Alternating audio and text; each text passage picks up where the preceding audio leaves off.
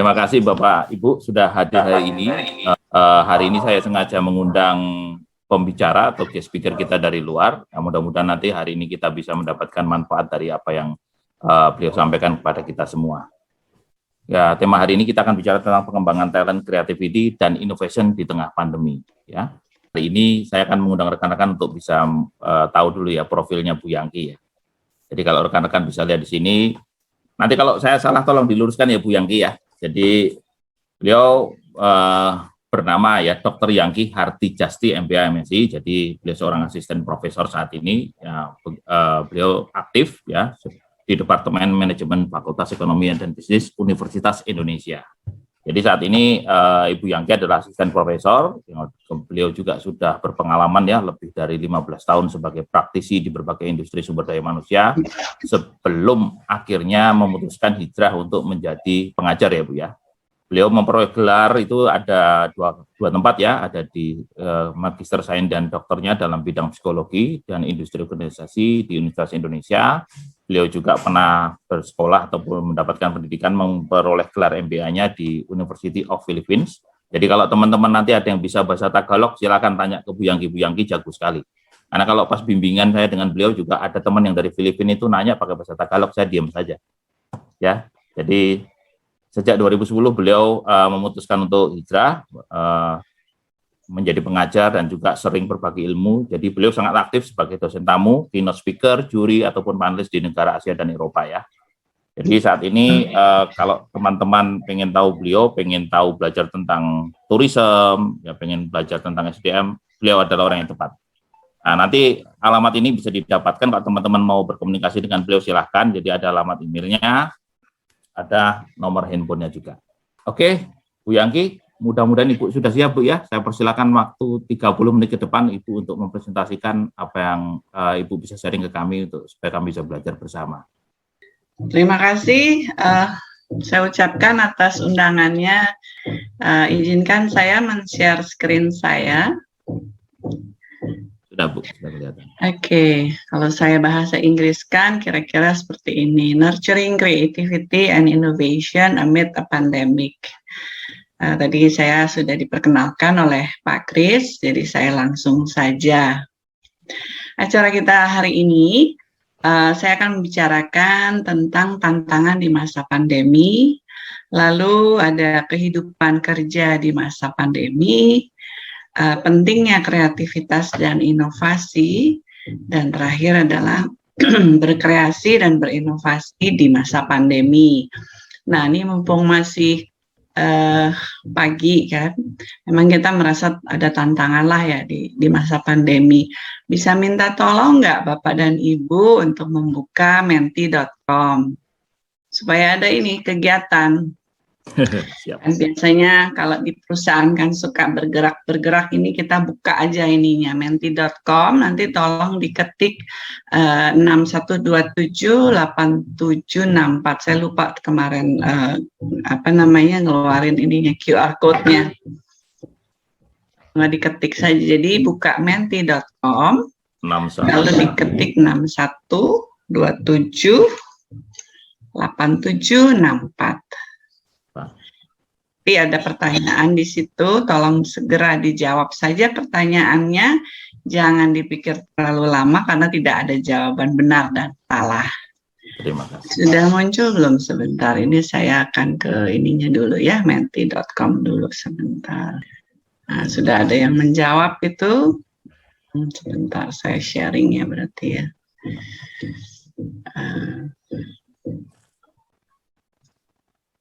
Jadi kalau ditanya apa saja tantangan yang dihadapi masa pandemi, bosan, manajemen waktu, prioritas kerja, distraksi dari keluarga, apalagi kesehatan, terus lelah ya, fatigue, less human interaction. Ini yang udah mulai membesar nih, kelihatan nih bosan. Bosan, apalagi ditambah terus ya. Ya, semoga Bapak dan Ibu di sini sehat ya, walaupun suasana di luar kita tidak tahu. Saya juga sudah Sejak yang PKM itu saya sudah tidak keluar lagi, biasanya masih bisa, masih mau, tapi sekarang saya takut juga ya. Nah, ini lebih pada bosan dan manajemen waktu. Makin membesar nih. Kalau memang itu bisa langsung jawab yang berikutnya, silakan ya. Kan sudah bisa belum ya jawabannya kedua? Biar nanti sekalian ditayangin. Ini kan jadi berarti manajemen waktu. Manajemen waktu kayaknya lebih besar ya sebenarnya, karena ada tulisannya yang manajemen di dalam bahasa Inggris sama manajemen biasa. Berarti dia lebih besar atau sama lah ya, sama bosan, distraksi, jenuh, kesehatan, fatigue. Nah, itu udah mulai nih. Coba kita lihat yang ininya, yang keduanya nih. Keduanya udah dijawab belum ya? Silakan dijawab ya yang kedua ya. Apakah Anda apa yang telah Anda lakukan untuk mengatasinya? Nah, jadi tadi ada yang jawab manajemen waktu, ada yang bilang bosan, lelah. Apa nih jawabannya? Terus saya kembali lagi ke sini, kita lihat yang sebelumnya. Makin besarnya apa? Mobilitas terbatas, ya, stres, kesehatan mental, lebih boros. Aduh, karena sekarang pencet, fotonya udah muncul. Kalau nggak anaknya ya yang mencet, ya fotonya, aduh, tagihan. Terakhirnya tagihan lagi. Biasa itu ya. Enakan soalnya waktu mesennya nggak beli, nggak ngeluarin uang, soalnya giliran tagihan.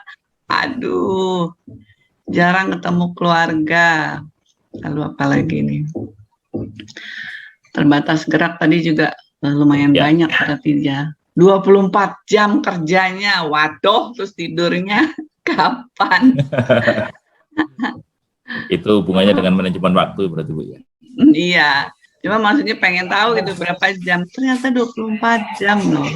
Wah, nextnya olahraga, bagus nih. Jadi at least olahraga ya. Itu di awal-awal kita kan masih takut ya, olahraga boleh nggak atau nggak, aman nggak gitu. Sekarang yang penting kita di ruang kita aja, di bubble kita aja masih oke ya. Lalu nonton Netflix. Nah, ini jangan-jangan kalau yang para ibu-ibu di sini jangan-jangan nontonnya drakor ya. Lalu hemat pengeluaran. Jadi ada yang bisa berhemat, ada yang malah boros ya. Penghiburannya katanya hiburan virtual. Menambah relasi online ya. Kalau dengan webinar akhirnya jadi ini ya, jadi kita tambah kenalan ya. Dengan sekarang ini juga saya juga nambah kenalan kan. Oke, nah ini jadi at least sudah bisa mengatasinya ya dengan berpikir positif, olahraga. Silakan diteruskan, nanti kalau misalnya saya akan mengirimkan filenya, hasil ini nanti saya akan ini kan capture di situ ya. Oke, terima kasih ya Bapak Ibu. Nah, ini tetap jalan tapi saya stop share ya, bahwa walaupun sudah merasa bosan, tapi juga sudah bisa mengatasinya. Nah, dari hasil beberapa teman-teman yang sebelumnya pernah saya tanya juga, maksudnya bukan di sini tapi yang tempat lain, hasilnya tuh memang sekitar itulah, kalau bisa saya sampaikan, keluarnya seperti ini. Jadi mereka juga khawatir nih tertular gitu ya. Nah, tentunya seperti itu ya, soalnya makin mendekatkan ke lingkungan kita ya. Jadi apakah akan meninggal, apakah teman kita akan meninggal, itu juga membuat kita khawatir ya. Dan kita juga harus isoman, keluarga terdekat juga atau teman-teman atau tetangga juga ada yang terkena, dan bahkan masih ada juga stigma negatif akhirnya dikucilkan. Kita harus work from home. Lalu dengan work from home, apakah kita bisa berkoordinasi dengan baik ya, dan terjadi ketidakseimbangan kehidupan kerja, karena kalau tadi dilihat kan ada yang 24 jam bekerja, manajemen waktu juga lumayan merupakan tantangan ya. Kemudian makanya beban kerja pun meningkat. Jam kerja jadi panjang, bahkan kalau bisa lebih dari 24 jam, jangan-jangan lebih ya. Kemudian urusan juga jadi banyak tertunda karena merasa nanti aja deh susah neranginnya gitu kan. Akhirnya tertunda. Kemudian ada distraksi, tadi kan juga sudah ada yang menjawab seperti itu. Lalu bisnis lesu, kalau memang ada yang lesu bisnisnya, mereka bisa terkena PHK ya. Dan dengan demikian berarti kan pendapatan berkurang atau bahkan juga kalau masih tetap diperpanjang ada pemotongan gaji, semangat kerja pun jadi turun, lalu produktivitas jadi turun juga. Apalagi teman-teman juga banyak yang sakit, kita pun juga jadinya lelah kan, tadi sudah ada juga yang mengatakan itu. Dan belajar dari rumah, kalau misalnya Pak Kris kan juga ya work from home, belajar dari rumah, gitu. Terus harus juga menemani anak-anaknya juga belajar dari rumah. Kalau memang ada kendala di gawai, maaf, kendala di gawai dan juga bahkan internet lemot ya. Saya pernah mengalaminya soalnya, padahal ini di Jakarta Selatan gitu ya, bukan di daerah. Dan terus ada masalah keuangan, tadi saja udah ada yang ini ya, pencet, atau pengeluarannya lebih banyak gitu. Dan kadang-kadang jadi bisa menimbulkan pertengkaran ya gara-gara itu. Kenapa mesti beli ini ya? Ramai gitu ya. Dan katanya juga banyak yang terjadi perceraian karena modelnya jadi 4L ya, lu lagi, jadi bisa jadi malah jadi terjadi pertengkaran. Dan tadi juga ada yang bilang susah bertemu keluarga besar. Nah, hal ini membuat tadi ada bosan, lalu cemas, kemudian juga lelah dan stres. Nah, ini harus kita perhatikan nih. Kalau misalnya kita tidak bisa mengatasinya, bahaya kan, tapi untungnya teman-teman tadi sudah banyak yang bisa mengatasi, apakah lewat virtual meetup, atau juga ada yang masih bisa sempat kursus online, bermain bersama anak, kemudian membenahi rumah, berolahraga, udah pasti tadi ya. Lalu juga mengubah mindset, kan tadi juga ada yang mengatakan ya disyukuri saja, positive thinking, bahkan ada yang peluang bisnis online, apakah misalnya istrinya atau bahkan bapak sendiri atau ibu sendiri yang melakukan bisnis online ya, ada hobi baru dengan berkebun, belanja online ini yang hati-hati ya. Kalau untuk belanja bulanan nggak apa-apa. Kemudian berhemat jika tadi sudah dikatakan, dan tentunya tidak termakan hoax ya. Nah, kalau memang ini sudah dilakukan, tentunya kita akan produktif. Karena kita harus memahami juga bahwa yang namanya berkah dan bencana itu tergantung bagaimana kita menyikapinya. Jadi pandemi ini walaupun sulitnya sedemikian rupa, tapi kalau kita melihatnya sebagai peluang ya, memang di awalnya kita merasakan sekali ya ada dampak-dampak negatif. Tapi kalau terus kita bangkit, kita melihatnya ada peluang, pasti kita akan bisa mengatasinya. Nah, karena kita tahu kan COVID-19 ini masih terus mengganggu sampai kita nggak tahu kapan ya, dan ini akan mengganggu operasi dari perusahaan ya, mau perusahaan mau ada pabrik atau apapun itu ya. Nah, oleh karena itu kita karena tadi belum tahu bagaimana cara mengendalikannya, berhubung si virus ini terus bermutasi, makanya kita harus menjaga kesehatan kita ya, dan menjaga protokol kesehatan. Nah, sekarang kita masuk ke kehidupan kerja di masa pandemi. Ya, kira-kira kalau digambarkan di sini kehidupan kerja kita di rumah seperti ini kali ya, segala macam ada. Kita nikmati saja. Nah, kalau kita lihat dari survei yang dilakukan oleh World Economic Forum ya di tahun 2000, di awal tahun 2001 terhadap 12.823 di 28 negara. Nah, ini disimpulkan bahwa tingkat kecemasan akan keamanan kerja itu sebesar 56%. Lalu tingkat stres pun akan perubahan rutinitas kerja dan organisasi sebesar 55%. Work-life imbalance itu 50%, kemudian kesepian atau terisolasi saat WFH itu 49%, kemudian produktivitas menurun, sulit menyelesaikan pekerjaan di rumah karena bisa jadi pengaturan home office-nya masih kurang memadai, itu 46%. Stres akan tuntutan dalam keluarga, misalnya pengasuhan anak, itu misalnya tadi harus menemani anak sekolah juga ya, di lewat online 45%, jam kerja yang tidak biasa, terlalu pagi atau sangat larut 44%, sehingga hal ini mengakibatkan gangguan kehidupan kerja. Apakah itu dalam hal pola kerja sehari-hari, kemudian kesehatan fisik, dan juga kesehatan mental. Tadi kan juga ada yang mengatakan hal tersebut ya.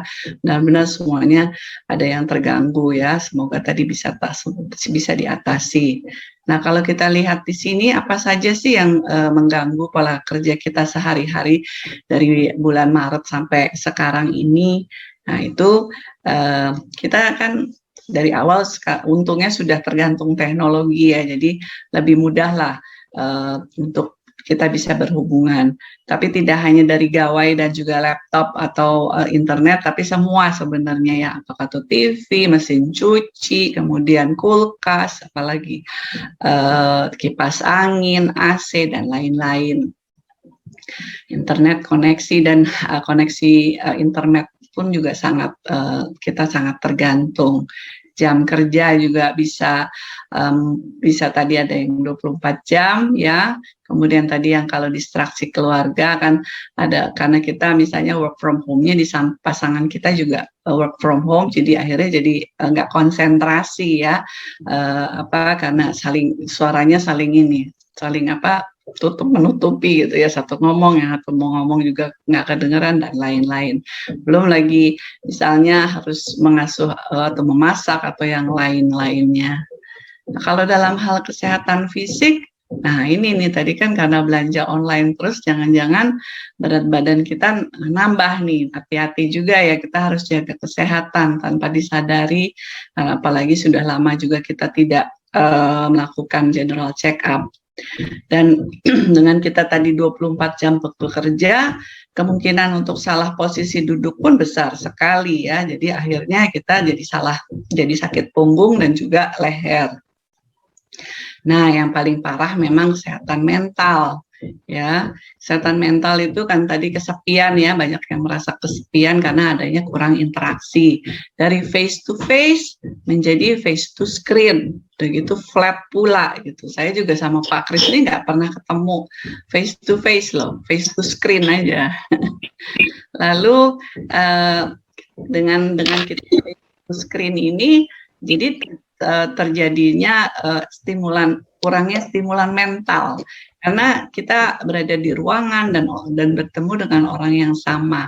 Kan kalau kita di tempat kerja biasanya kan kita taruhlah ke pantry, kita bikin kopi atau apa, itu kan kita ketemu teman sekalian ngobrol selintas gitu walaupun cuma sebentar. Itu sebenarnya merupakan stimulan mental yang bisa meningkatkan energi kita.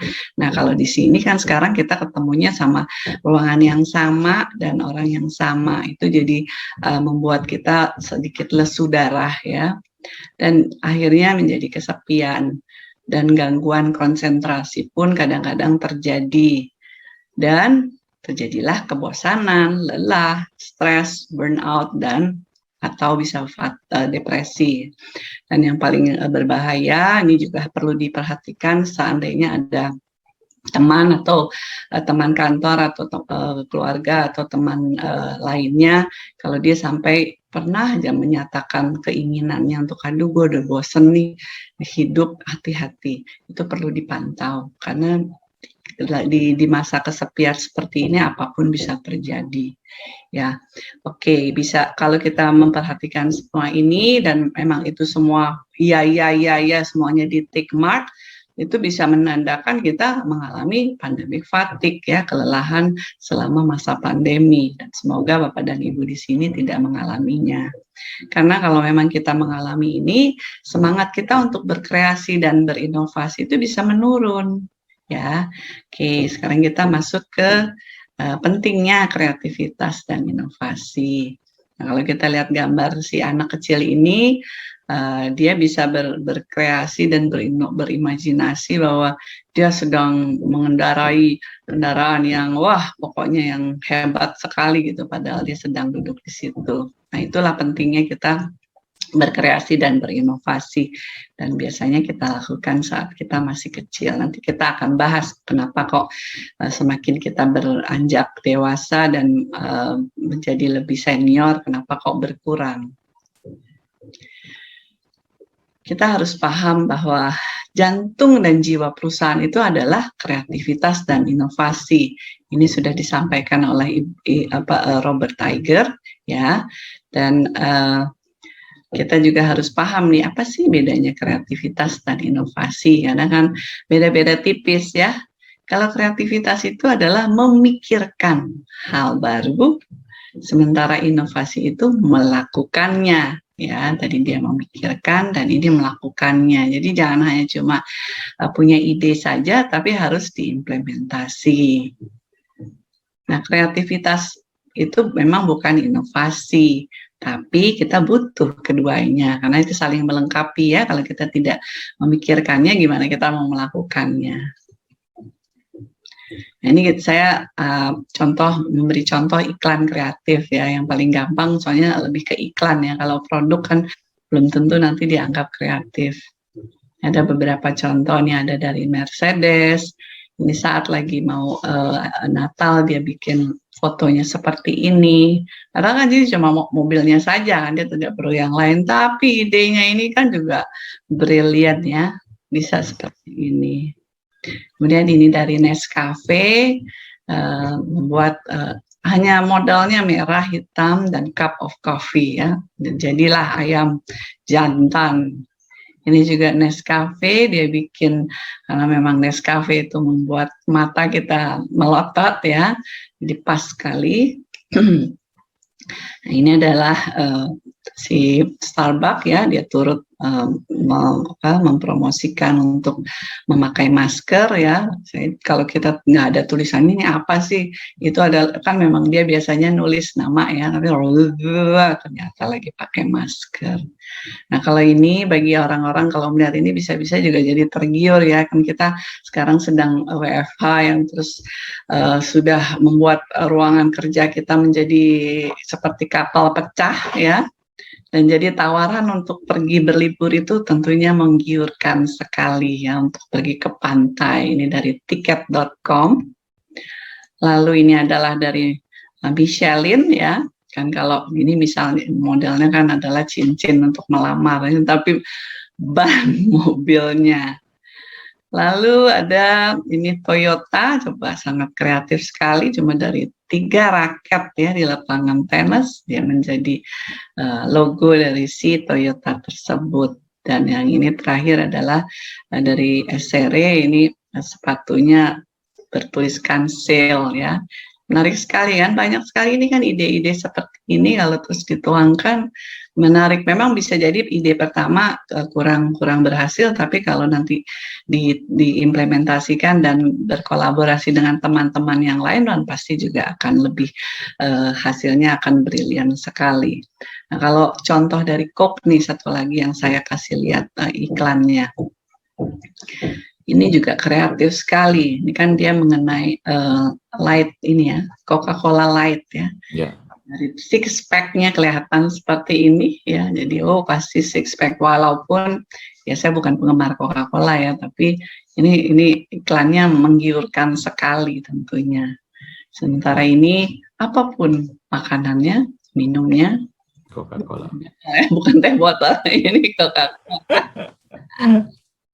Lalu, nah ini mengenai diversity ya. Kan itu kalau kita lihat ada tangan yang kanan itu adalah tangan laki-laki karena nggak ada pakai kuteksnya ya, putih, berkulit putih, lalu yang kiri tangan perempuan berkulit hitam, dan bentuk Coca-Cola ini adalah diversity. Itu bagus sekali kan ya. Padahal kelihatannya simple ya, tapi kan untuk memunculkan ini nggak gampang juga. Sementara ini diet Coke ya, kita mengencangkan pikiran. Nah, hal-hal seperti ini seharusnya kita juga terus kreatif untuk melakukannya. Kalau memang mau melihat lagi ada di link ini, nanti kan saya akan menyampaikannya kepada Bapak Ibu. Lalu kalau kita mengutip dari psikologi sosial nih, Erich Fromm ya, di tahun yang lahir di tahun 1900 dan sampai 1980, beliau mengatakan kreativitas itu adalah sikap hidup ya, sikap hidup Bapak dan Ibu. Kalau saya juga mengutip dari teman saya, bukan job deskripsi tapi sikap hidup. Jadi jangan timbul hanya karena job deskripsi gitu ya. Tapi karena memang sikap hidup, jadi harus dilakukan setiap hari dan menjadi kebiasaan. Dilanjutkan oleh Erich Fromm, semua orang itu sebenarnya memiliki potensi loh untuk menjadi kreatif ya. Cuma banyak yang nggak menggunakannya secara maksimal gitu ya. Kenapa sih? Nanti ada sesinya nih yang saya akan tampilkan kenapa tadi ya kok kita nggak kreatif lagi gitu. Sementara kalau ini bapaknya lampu, ini Alva Edison ya, penemu bola lampu. Beliau mengatakan, kan dia menemukan bola lampu pertama ini kan setelah mengalami kegagalan, tapi dia melihatnya tuh dari persepsinya yang lebih positif. Dia mengatakan, saya tuh tidak gagal loh, saya baru saja menemukan 10.000 cara yang tidak akan berhasil. Nah, itu kan bagus sekali kan dilihatnya dari situ. Karena kalau kita bilang gagal itu kan langsung membuat kita down ya. Kalau ini nggak gagal ya nggak apa-apa. Setelah beberapa kali eksperimen, akhirnya bisa kok seperti itu ya. Jadi beliau juga melanjutkan katanya, hanya karena sesuatu itu tidak sesuai rencana bukan berarti tidak berguna loh, karena kan akhirnya bisa berhasil juga gitu. Lalu kalau kita lihat dari Steve Jobs ya, kita tahu kan dia adalah telah membuat kita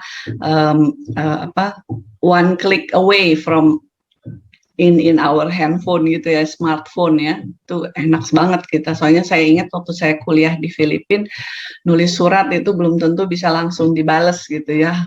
Soalnya prosesnya pasti panjang kan, saya harus nulis dulu, kemudian saya harus bawa itu ke kantor pos, beli perangko, diposin, nunggu lagi, pokoknya lama banget. Kalau sekarang satu detik tidak dibalas sama teman kerja kita aja, kita udah teriak ya. Menurut Steve Jobs, terkadang Anda membuat kesalahan ketika berinovasi.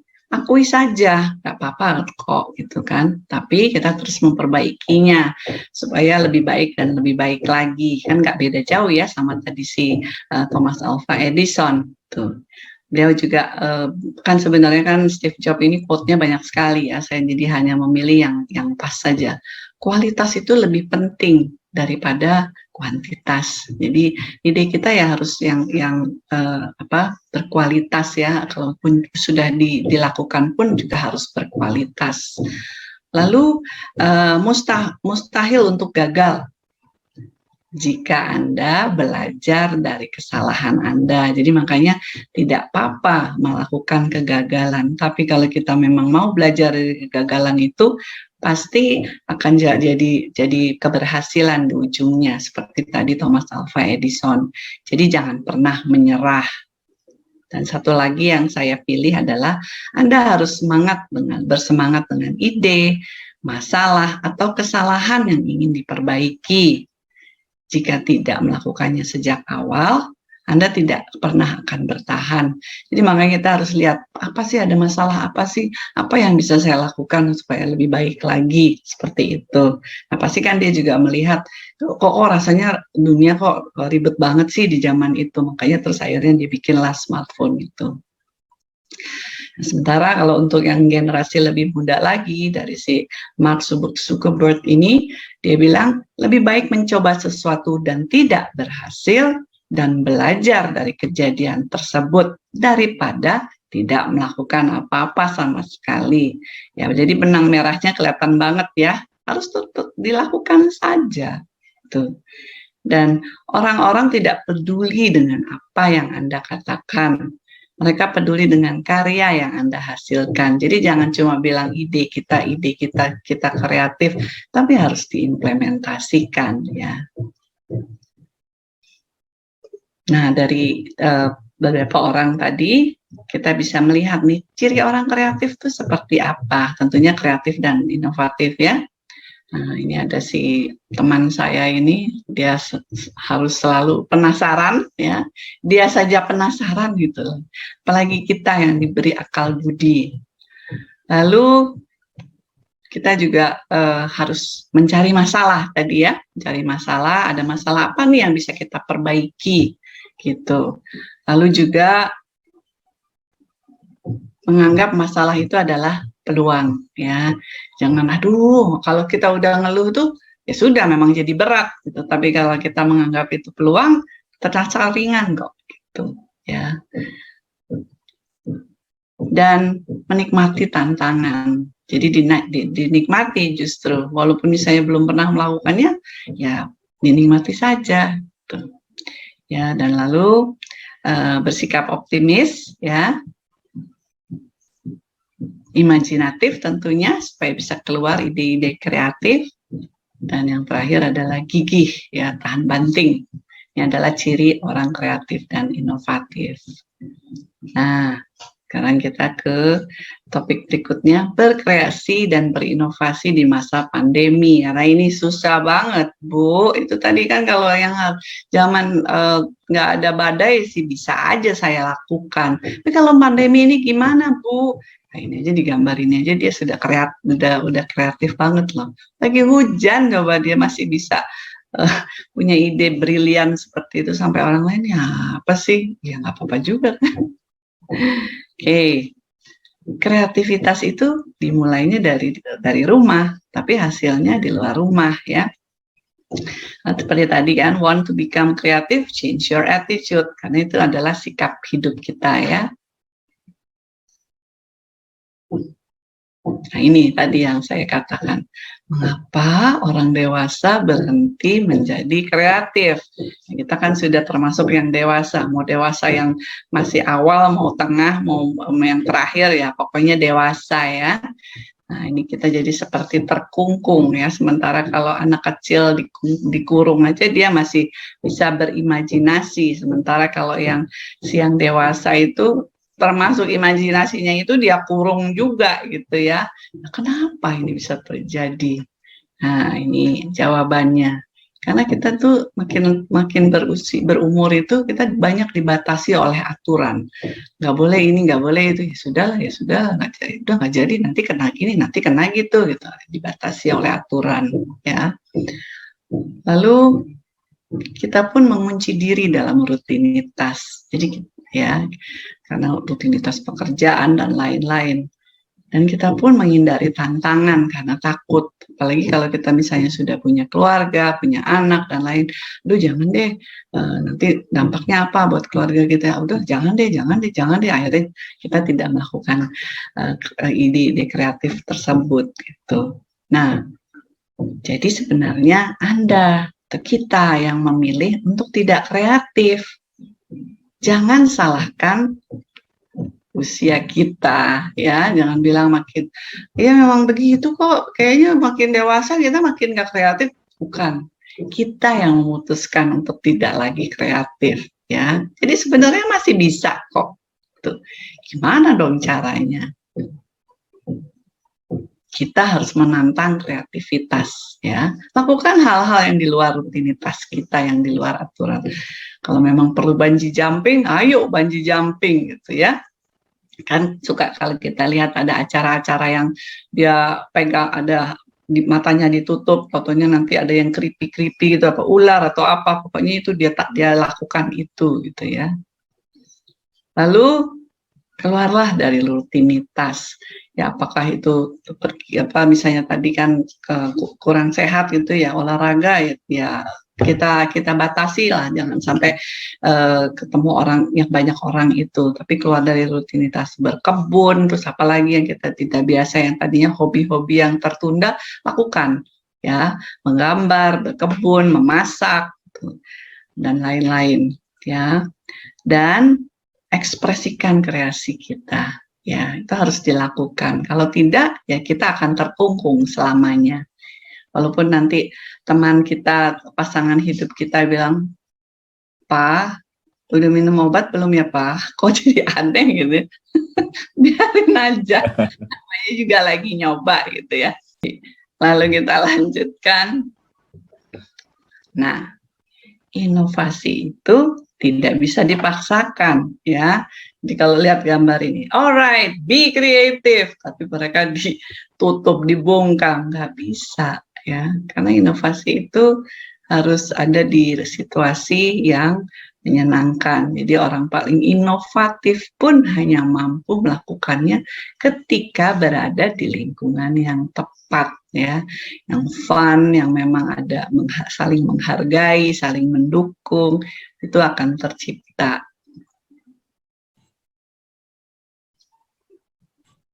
Gimana dong kalau gitu cara menumbuhkan kreativitas dan inovasi di masa pandemi? Pasti saya yakin teman-teman di sini banyak yang bertanya nih.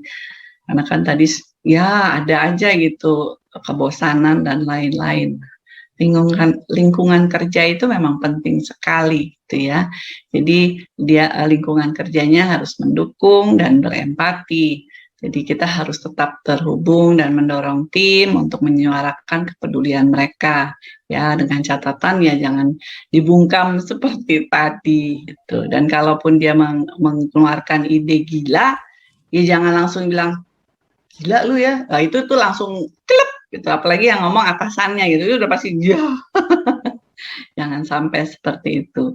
Lalu saat di pandemi seperti ini kita juga harus tetapkan batasan waktu kerja kita dan kehidupan pribadi di rumah. Jadi kita juga harus menghargai me time mereka masing-masing. Kalau memang jam kerjanya dari jam 8 sampai jam 5, ya di antara itu saja. Kalau memang ada yang urgent, ya bolehlah lebih-lebih. Kita harus sudah jelas gitu batasannya. Saya tidak akan mengganggu kalian kalau memang tidak urgent sekali. Jadi kalau memang urgent sekali dan Anda mendapatkan WhatsApp saya tengah malam, tolong dilihat ya. Jadi supaya tidak dicuekin gitu sama anak buahnya juga gitu. Kalau nggak jelas waktunya kan, halah bodo amat katanya. Ya, jadi harus secara jelas disampaikan. Lalu kita juga sekali-sekali atau bisa jadi setiap minggu gitu ya, kita lakukan kegiatan virtual team building gitu, membuat tadi fun environment gitu ya. Jadi supaya rasa terisolasi, kesepian itu juga berkurang ya. Bahkan kadang ngobrol bareng saat istirahat. Kalau saya misalnya kan memang mengajar dari bulan Maret itu selalu online. Terus gimana dong caranya? Ya kan saya bimbingan, hampir setiap minggu saya bimbingan, dalam satu minggu aja bisa bimbingan berapa kelompok gitu. Itu juga mengurangi rasa kesepian di awal-awal, apalagi itu hampir kalau perlu setiap hari gitu ya. Karena kan kita semua nggak tahu kan, kayak mati gaya gitu ya. Ngobrol bareng itu penting kok, walaupun flat screen tapi tetap akan menumbuhkan energi kita. Kemudian sebagai selingan kan sekarang kan gampang ya, aplikasinya kan macam-macam ya. Kita bisa berganti lokasi atau background kan bisa diganti, atau kita berganti lokasi. Nanti di taman, nanti di balkon untuk ya, kalau iseng-iseng bimbingan saya kalau nggak salah pernah di balkon dekat genteng bahkan. Kamu ngapain di situ? Iya Bu, internetnya soalnya kencengnya di sini. Hati-hati kamu. Nanti kalau jatuh akan repot gitu. Tapi kan dengan seperti itu kita jadi tahu suasana rumahnya. Apalagi kalau misalnya tadi temannya ada yang ada benar-benar merasa kesepian dan ada keinginan untuk melakukan hal-hal yang tidak kita inginkan tadi kan, kita bisa sekalian memantau seperti itu. Lalu, oh iya jangan lupa kita istirahat secara teratur ya, kalau nggak nanti kita juga bete, karena ada teman saya yang dia sampai akhirnya stres gitu karena, aduh ini bentar-bentar bos gue gangguin terus, nanya terus kayak mati gaya gitu, kayak nggak percaya amat sih sama anak buahnya gitu. Jadi kita juga harus kasih waktu untuk mereka beristirahat. Kemudian, nah ini kita harus menghargai capaian kerja mereka. Jadi dengan target kan sudah pasti ya jelas. Kemudian dilibatkan dan berdayakan mereka, dan jangan lupa beri umpan konstruktif ya, dan terus bina koneksi interpersonal. Mahasiswa pun aja kalau misalnya tidak diberi umpan balik juga nanya melulu kan, nah sama karyawan juga begitu. Lalu inovasi dan kreativitas itu adalah kunci menuju kesuksesan ya. Tadi sudah jantungnya ya, pasti ini akan menuju kesuksesan. Nah kalau kita lihat gambar ini kaitannya adalah dengan lihat sesuatu dari sudut pandang pelanggan, bukan organisasi. Karena kan kita punya pelanggan, apakah itu mau pelanggan yang individu, apakah itu company atau apapun itu, bisnis to bisnis, kita harus melihatnya dari sudut pandang mereka. Karena kan angka 6 ini bisa dilihat dari sudut pandang yang berbeda, kan bisa membuat konflik ya, seperti itu ya. Jadi walaupun memang pelanggan tidak selalu benar, tetapi mereka itu berada di jantung semua inovasi. Jadikan masalah dan keluhan pelanggan sebagai sumber kreativitas. Kan tadi kita memang harus mencari kreativitas dari masalah yang berada di lingkungan kita kan.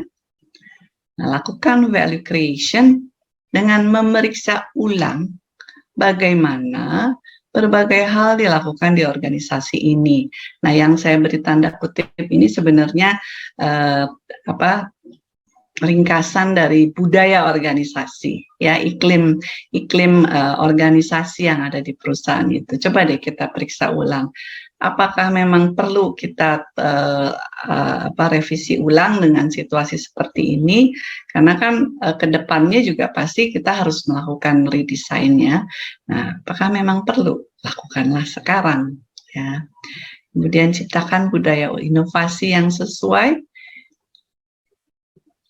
Hanya karena cara tertentu berfungsi di Google, tidak berarti akan berhasil di organisasi kita. Jadi kita jangan copy-paste template yang sudah ada, atau dari konsultan biasanya juga punya template, jangan di copy-paste begitu saja. Sesuaikan dengan aturan dan iklim atau budaya di perusahaan kita, supaya jadinya pas ya.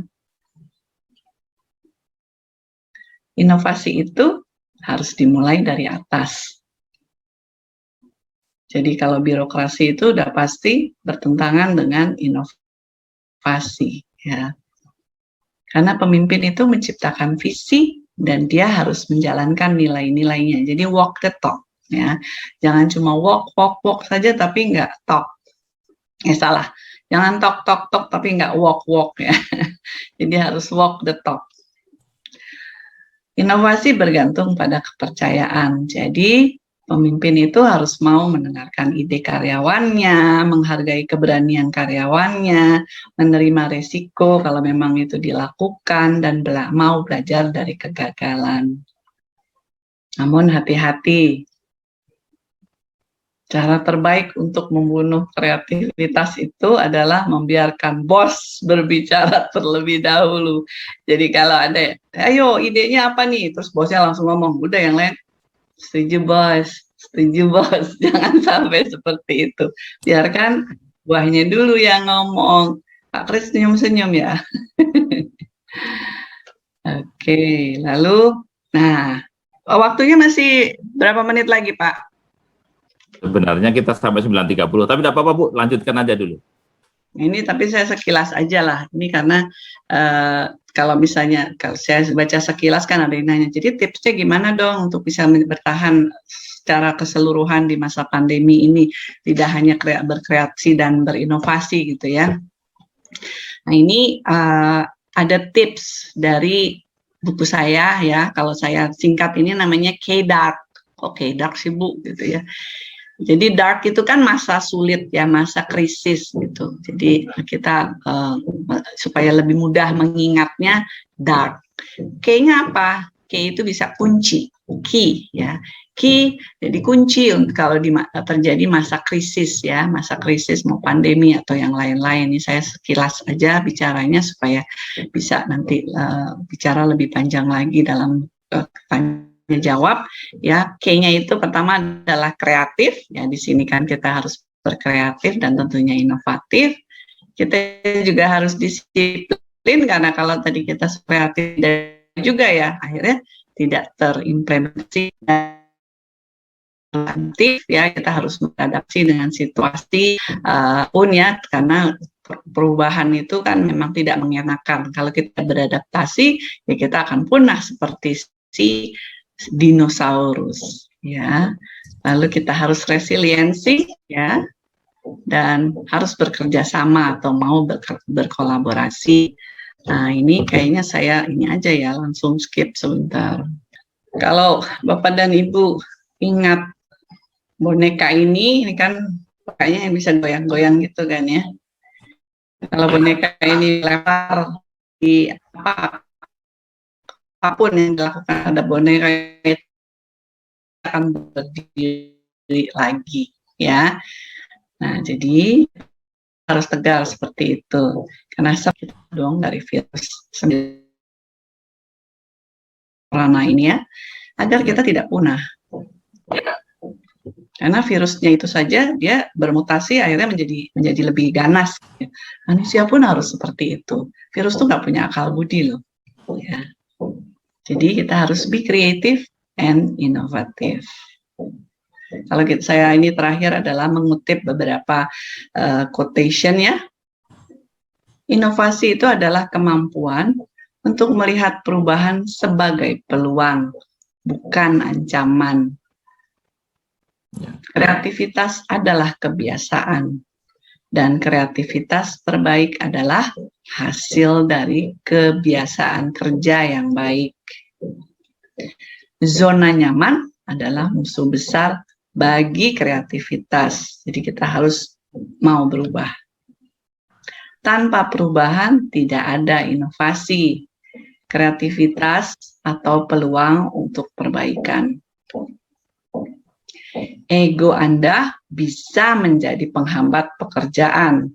Rasa puas diri adalah kematian kreativitas dan inovasi.